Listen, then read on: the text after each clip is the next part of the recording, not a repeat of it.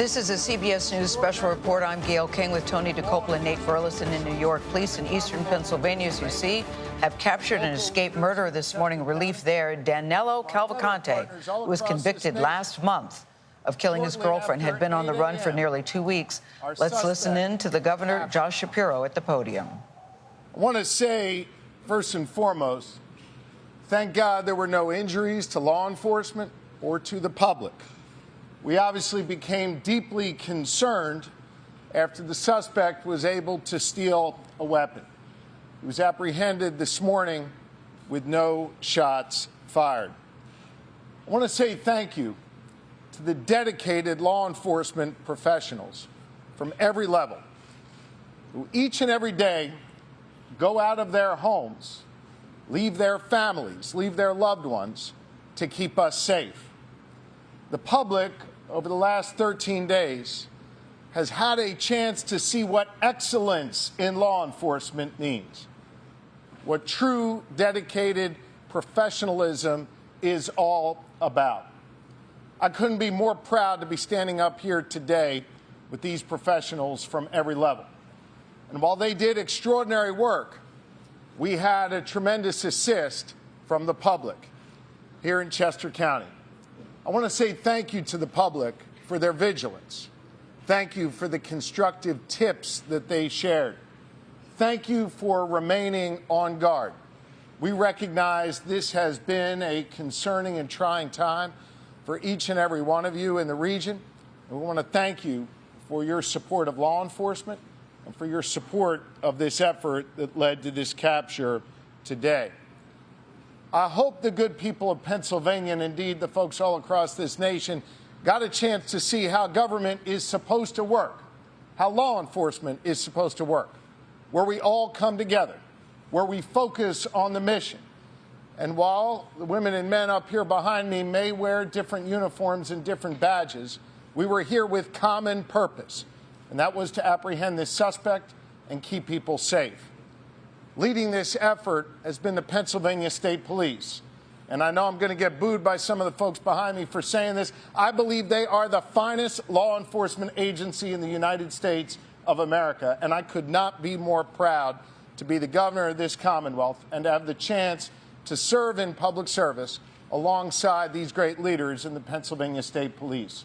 Leading the effort for us is Colonel Christopher Paris, who did yeoman's work overseeing this operation together with Lieutenant Colonel Bivens. All Pennsylvanians, gentlemen, are indebted to you for your bravery, for your courage, and for your tremendous leadership. And with that, it's my honor to bring up the Colonel of the Pennsylvania State Police, Colonel Christopher Paris. Thank you, Governor. I would like to make a few brief comments. I'd like to dedicate those comments to the victims of Cavalcante and their families. At the end of the day, all of the people behind me here work for justice and for the victims. A close second to the people of Chester County. We appreciate your support, and we appreciate the dedication that you have shown us and the generosity that you have shown us. We are in your debt. This was a major operation. We know that it has affected your lives, and we're very much appreciative of that support. I'd like to thank the governor and his support of us, not only with his physical presence, but his work in Harrisburg on a daily basis. I'd like to thank the Border Patrol, Customs, the FBI, the Marshals, the ATF, our federal partners, the Chester County District Attorney, Deb Ryan, and her Chief County Detective, Dave Sassa. Our municipal partners, too numerous to mention here, in Chester, Montgomery, Delaware, and Bucks counties. We could not have done this without everyone.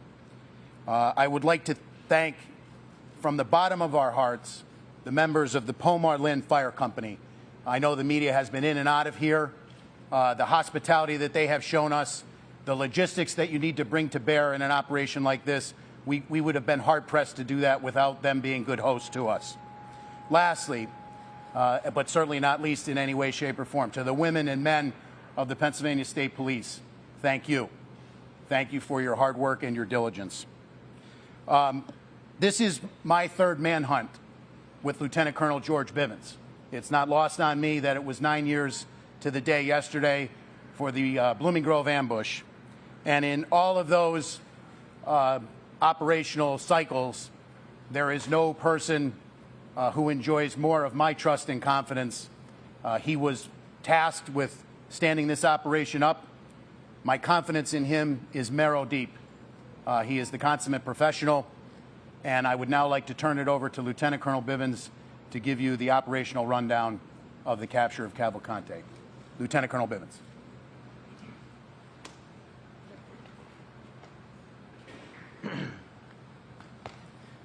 Thank you, Governor. Thank you, Colonel. It is a true pleasure to stand here this morning and talk to all of you about bringing this manhunt to a successful conclusion and without getting anyone else hurt, most importantly. None of this would be possible without the support of this team represented by members of various agencies standing with us up here, by others standing throughout this fire hall, and by still more who are out there in the field. So let me give you a few details about how this unfolded. As you know, we have been working most recently in a perimeter established in northern Chester County. Last night, shortly after midnight, a series of events started to unfold. First, we had a burglar alarm at a residence near Prizer Road within the perimeter. Our people investigated that, did not find Cavalcante there or anyone else, but it started to bring some of our people into that area. We had been searching an area not far from there already with some tactical teams that night. There was an aircraft overhead utilizing FLIR technology, and close to 1 a.m. picked up a heat signal that they began to track. It was west of PA 100 and north of Prizer Road. Tactical teams began to converge on that location where the heat source was moving. Unfortunately, we had a weather system that also came in, and we had lightning that was flashing all around, and it caused the aircraft to have to depart the area. Tactical teams made a decision to secure that area, that smaller area, as best they could, and hold it through the storm and until we could bring additional resources in and bring aircraft back overhead to ensure that we did not have an issue with an escape. That resumed early this morning, and shortly after 8 a.m., tactical teams converged on the area where the heat source was. They were able to move in very quietly. They had the element of surprise. Cavalcante did not realize he was surrounded until that had occurred. That did not stop him from trying to escape. He began to crawl through thick underbrush, taking his rifle with him as he went. One of the Customs and Border Control teams, BORTAC, had a dog with them. They released the dog. Some of our PSP CERT members were also there, had him surrounded. The dog subdued him, and team members from both of those teams immediately moved in. He continued to resist, but was forcibly taken into custody. No one was injured as a result of that. Excuse me. He did sustain a minor bite wound. We had medical personnel at the scene, and they took a look at that.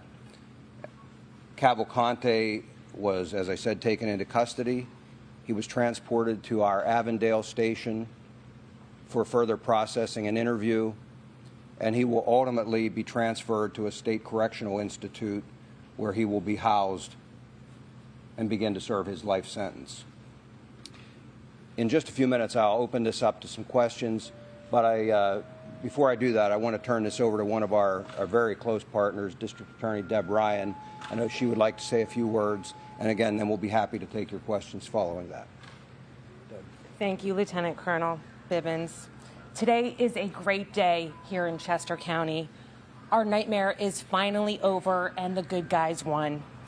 We owe a debt of gratitude to all of the first responders for their tireless and dedicated efforts in bringing this fugitive to justice. They worked around the clock, and we are deeply grateful to all of them. Our community can finally regain its normalcy and breathe a collective sigh of relief. This would not have happened without the collaboration and efforts on behalf of a multitude of agencies. I need to thank the governor, Colonel Paris, Lieutenant Colonel Bivens for his unflappable and dedicated leadership, the U.S. Marshals, the Chester County Detectives, the FBI, U.S. Customs and Border Patrol, the Department of Emergency Services, the Sheriff's Department, and every single person who went out into the field in the most horrendous conditions. We had weather problems, we had terrain problems, and a ton of obstacles that prevented our capture from occurring as expediently as we wanted. We have the best people in the business, and we never lost faith that this capture would occur. We knew that it was just a matter of time. The scope of this manhunt was extremely impressive. The brave men and women who went out there every single day are our heroes. And I am proud to be a part of this collective team of people who worked around the clock to bring this man to justice during this monumental challenge. They utilized every piece of advanced technology, dogs, drones, helicopters, every asset available was put out for this capture. I can't express our gratitude deep enough to all of them and to the community for their support. We received dozens and dozens of donations, well wishes, and kind support from everyone in the community, and we thank this firehouse for housing us. We know we disrupted their lives for a while. One of the first calls we made upon learning about this capture was to the Brandow family, who, as you can imagine, had been living in a complete nightmare. They are so grateful to the men and women who helped with this capture. They can now finally sleep again. I can't thank law enforcement enough for their efforts. Thank you.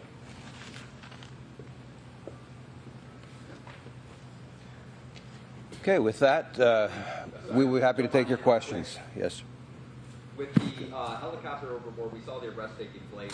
There was some criticism about the photo op that was taken with the fugitive. Can you explain how that's actually a standard procedure, or what's the reasoning behind the photo op with the fugitive? You know, I'm aware that there was a photo op that was taken out there. Those men and women worked amazingly hard through some very trying circumstances. They're proud of their work.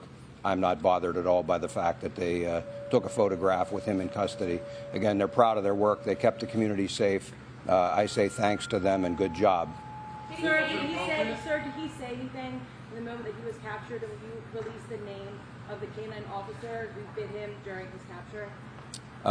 We will probably not be releasing the name. And in terms of anything that he said, we need to use an interpreter, and he has been taken back to the station, and at that point, we will attempt to interview him at the Avondale station. He didn't say anything upon capture, anything at all? I'm not aware of it. If he did, I don't have that information. Lieutenant Colonel, your officers were authorized to use lethal force if he didn't actively surrender. Was the goal to always take him in alive? That's always our first choice and preference.